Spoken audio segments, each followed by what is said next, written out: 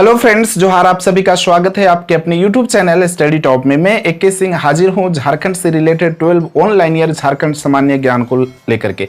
दोस्तों, ये सभी जो 12 ऑनलाइन ईयर होते हैं, ये सभी तो केवल आधार होते हैं, बाकी इससे रिलेटेड अन्य चीज़ों को भी आप जान पाते हैं जब हम चर्चा करते हैं। पहला प्रश्न आज के क्लास को देखते हैं। पहला प्रश्न है, राज्य में सर्वप्रथम किस जिले में हवाई अड्डे का निर्माण हुआ? दोस्तों, राज्य में सर्वप्रथम जो हवाई अड्डा का निर्माण हुआ था वो हुआ था रांची।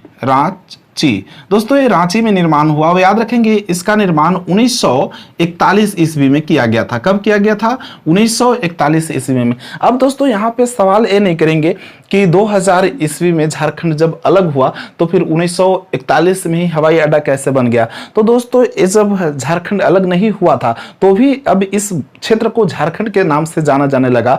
तो वहां पे स्थापित जो पहला हवाई अड्डा रहा तो ही रहा जो रांची जिला में है। तो याद रखेंगे, कहाँ है? रांची जिला में है। और कब इसका निर्माण हुआ था? 1941 ईस्वी में। दोस्तों, इसका नाम जो है, रांची जिला में जो 1941 ईस्वी में हवाई अड्डा का हुआ था, तो इसका नाम पड़ा बिरसा मुंडा एयरपोर्ट, बिरसा मुंडा हवाई अड्डा। इसे रांची हवाई अड्डा के भी नाम से प्रचलित है, लेकिन जो आधिकारिक नाम है ना, वो बिरसा मुंडा हवाई अड्डा ही है। इस तथ्य को आप याद रखेंगे। 3 तथ्य याद रखेंगे। क्या? रांची जिला में हुआ 1941 में, और इसका नाम बिरसा मुंडा एयरपोर्ट, बिरसा मुंडा हवाई अड्डा है ना। अगला प्रश्न है दोस्तों, किसे धरती आबा कहा जाता है? किसे धरती आबा कहा जाता है? दोस्तों, धरती आबा का अर्थ होता है कि धरती का पिता, धरती का पिता। तो किन्हें कहा जाता है? झारखंड के इतिहास में आपको यह मिलता है कि धरती आबा किन्हें कहा जाता है। तो आंसर है बिरसा मुंडा को। बिरसा मुंडा को धरती आबा कहा जाता है। आप जानते हैं कि बिरसा मुंडा का जन्म 15 नवंबर 1875 ईस्वी को खूंटी जिले के उलिहातू गांव में हुआ था। तो दोस्तों, जब ईसाई मिशनरीज झारखंड की भूमि पर आए तो इस ईसाई लोग अपने धर्म की ओर, यहाँ के भोले भाले सीधे साधे जनजातियों को अपने धर्म से धर्म परिवर्तन करा रहे थे। इसे देख करके बिरसा मुंडा को बहुत आहत हुआ, शौक हुआ कि अपने ही आदिवासी जनजाति लोग अपनी संस्कृति से, धर्म से हट करके और अलग जा रहे हैं। तो फिर बिरसा मुंडा ने अपने लोगों को, अपने जात को, अपने धर्म के लोगों को संगठित करने लगा, जागरूक करने लगा, धर्म की ओर मुड़ना चालू कर दिया, धर्म का मार्ग बतलाने लगा। कई गांवों में जा करके मीटिंग करवा करके और ऐसा करते थे। तो इसीलिए इन्हें धरती आबा कहा जाता है, बिरसा मुंडा को। और एक ही इन्हें भगवान बिरसा मुंडा की, भगवान की भी संज्ञा बिरसा मुंडा को दिया गया है। चलिए, अगला प्रश्न है, झारखंड विकास मोर्चा के संस्थापक और राष्ट्रीय अध्यक्ष कौन थे? झारखंड विकास मोर्चा, शॉर्ट में इसको JVMP, यानी कि झारखंड विकास मोर्चा प्रजातांत्रिक नाम है, शॉर्ट में झारखंड विकास मोर्चा का ना। तो दोस्तों, झारखंड में झारखंड विकास मोर्चा की स्थापना झारखंड के प्रथम मुख्यमंत्री श्री बाबूलाल मरांडी जी ने किया था। याद रखेंगे, बाबूलाल मरांडी जी ने किए थे इसका। और इसका राष्ट्रीय अध्यक्ष यानी कि JVM सुप्रीमो थे। कौन? बाबूलाल मरांडी।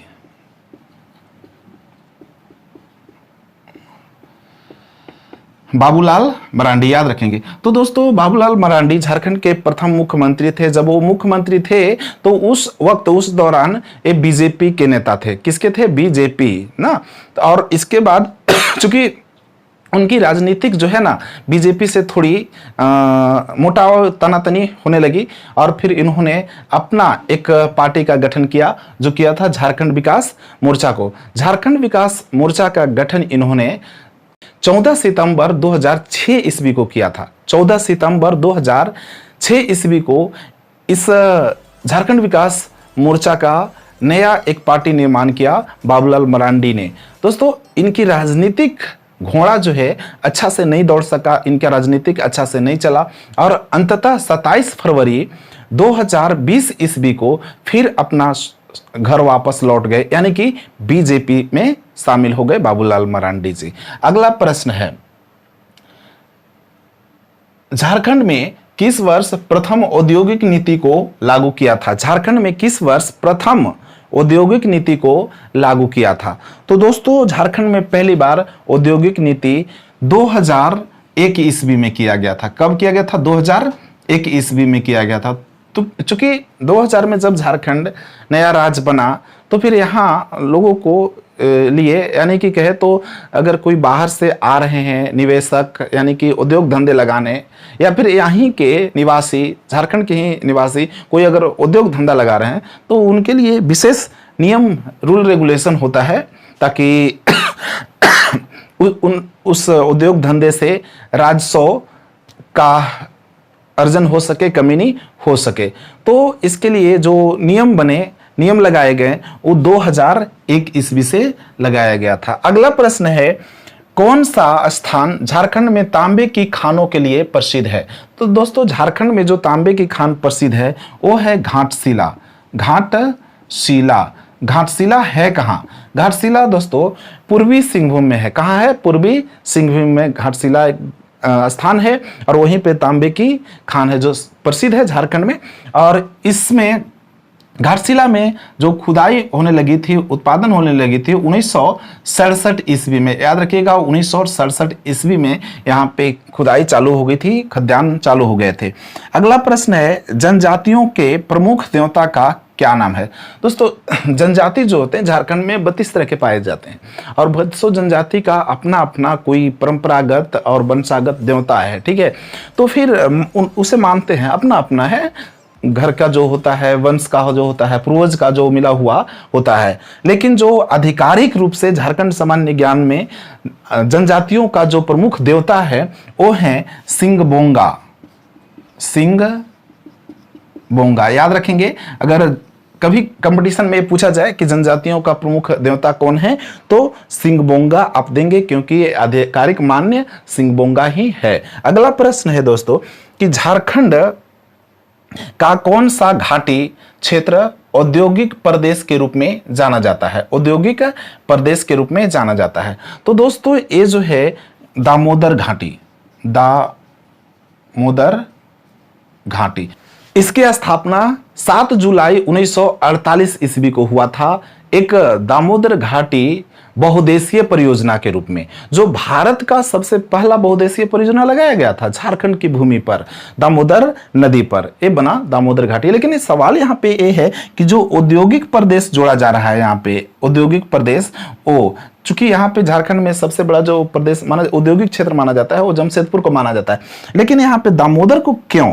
दामोदर को ऐसा इसलिए कि जब 7 जुलाई 1948 ईस्वी में दामोदर घाटी परियोजना, जो बहुदेशीय परियोजना, इसको केवल परियोजना नहीं कहेंगे, बहुदेशीय परियोजना है, जो भारत की सबसे पहली परियोजना थी ना, तो जब यहाँ पे स्थापित किया गया तो यहाँ एक ऐसा क्षेत्र है दामोदर घाटी ना, जहाँ पे बिजली, कोयला और गैस तीनों तरह के स्रोतों से बिजली उत्पादन किया जाता है, और उसी बिजली से उद्योग धंधे चलते हैं, इसीलिए इस क्षेत्र को औद्योगिक प्रदेश के नाम से जाना जाता है। तो याद रखेंगे, नदी घाटी बहुदेशीय परियोजना कब हुआ था? तो 7 जुलाई 1948 ईस्वी को स्थापित किया गया था झारखंड में बहुदेशीय परियोजना नदी घाटी ना।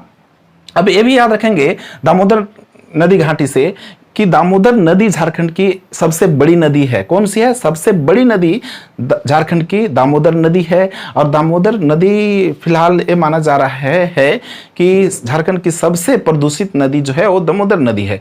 और बंगाल के लिए दामोदर नदी बंगाल का शोक भी कहा जाता है, क्योंकि जब ये बंगाल में प्रवेश करती है तो वहाँ पे दामोदर नदी के चलते बहुत आपदाएं आते हैं, नुकसान होते हैं वहाँ पे पश्चिम बंगाल में, इसीलिए पश्चिम बंगाल का शोक दामोदर नदी को कहा जाता है। अगला प्रश्न की ओर बढ़ते हैं। अगला प्रश्न है, बिरसा मुंडा का जन्म स्थान कहाँ है? तो सीधा सीधा मैंने क्वेश्चन नंबर 2 में वर्णन कर दिया गया। जब मैंने यहाँ बता रहा था कि किसको धरती आबा कहा जाता है तो बिरसा मुंडा को, तो वहाँ पे मैंने बिल्कुल बताया कि बिरसा मुंडा का जन्म उलीहातू में हुआ था।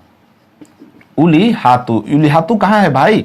तो खूंटी जिला में है, खूंटी जिला में उलीहातू है, और उलीहातू में ही बिरसा मुंडा का जन्म हुआ। बिरसा मुंडा को बचपन में दाऊद मुंडा भी कहा करते थे, दाऊद मुंडा, और हालांकि अब तो धरती आबा, भगवान बिरसा मुंडा, इस तरह का उनका उपनाम मिल गया था। अगला प्रश्न है, कंपनी सरकार 1834, याद रखेंगे 1834 की बात है। कंपनी सरकार 1834 ईस्वी में अपना मुख्यालय कहाँ स्थापित किया था। तो दोस्तों कंपनी सरकार का तात्पर्य यहाँ पे कि जो 1600 ईस्वी में ईस्ट इंडिया कंपनी भारत में जो आई थी ना, एक अधिकार लेकर के इंग्लैंड की महारानी विक्टोरिया से, जब अधिकार पत्र, एक का अधिकार पत्र कि केवल सिर्फ वही मार्केट कर सकती है, वही बिजनेस कर सकते हैं, जो वहां से विक्टोरिया से अधिकार लेकर के आए थे, पत्र लेकर के आए थे। तो उन्होंने हालांकि भारत में 1600 ईस्वी में आ गया था, अपना बाजार फैला दिया था, लेकिन झारखंड में जो मुख्यालय खोला था उन्होंने 1834 ईस्वी में खोला था। सवाल यह है कि कहाँ खोला था, तो भाई इसका जवाब है कि रांची में खोला था ना, 1834 ईस्वी में अपना मुख्यालय कंपनी सरकार। अगला प्रश्न है, झारखंड लोक सेवा आयोग का गठन संविधान के किस अनुच्छेद के अंतर्गत आता है? दोस्तों हर स्टेट का अपना अपना एक पीसीएस होता है। पीसीएस का मतलब होता है provincial service commission, provincial service commission ना। तो फिर दोस्तों यहाँ पे जब झारखंड 15 नवंबर 2000 ईस्वी को अलग हुआ, तो इस झारखंड प्रदेश को भी एक आयोग की जरूरत पड़ा, जिससे वो यहाँ पे प्रोविंशियल ऑफिसर्सों की बहाली ले सके। तो जिसे शॉर्ट में हम लोग क्या कहते हैं, जेपीएससी, जेपीएससी यानी कि झारखंड पब्लिक सर्विस कमीशन। तो दोस्तों झारखंड पब्लिक सर्विस कमीशन का जो गठन हुआ था वो हुआ था भारतीय संविधान के अनुच्छेद 315 के तहत।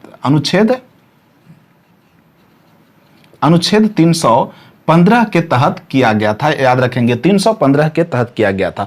और जेपीएससी का गठन यानी कि झारखंड पब्लिक सर्विस कमीशन का गठन कब हुआ था दोस्तों, तो ये याद रखेंगे 2002 ईस्वी में इसका गठन किया गया था। जेपीएससी का, झारखंड लोक सेवा आयोग का गठन हुआ था, 2002 ईस्वी में गठन हुआ था। और इस यहाँ पे इस आयोग से 2003 में पहला विज्ञापन आया था जेपीएससी के तहत बहाली लेने के लिए, 2003 में।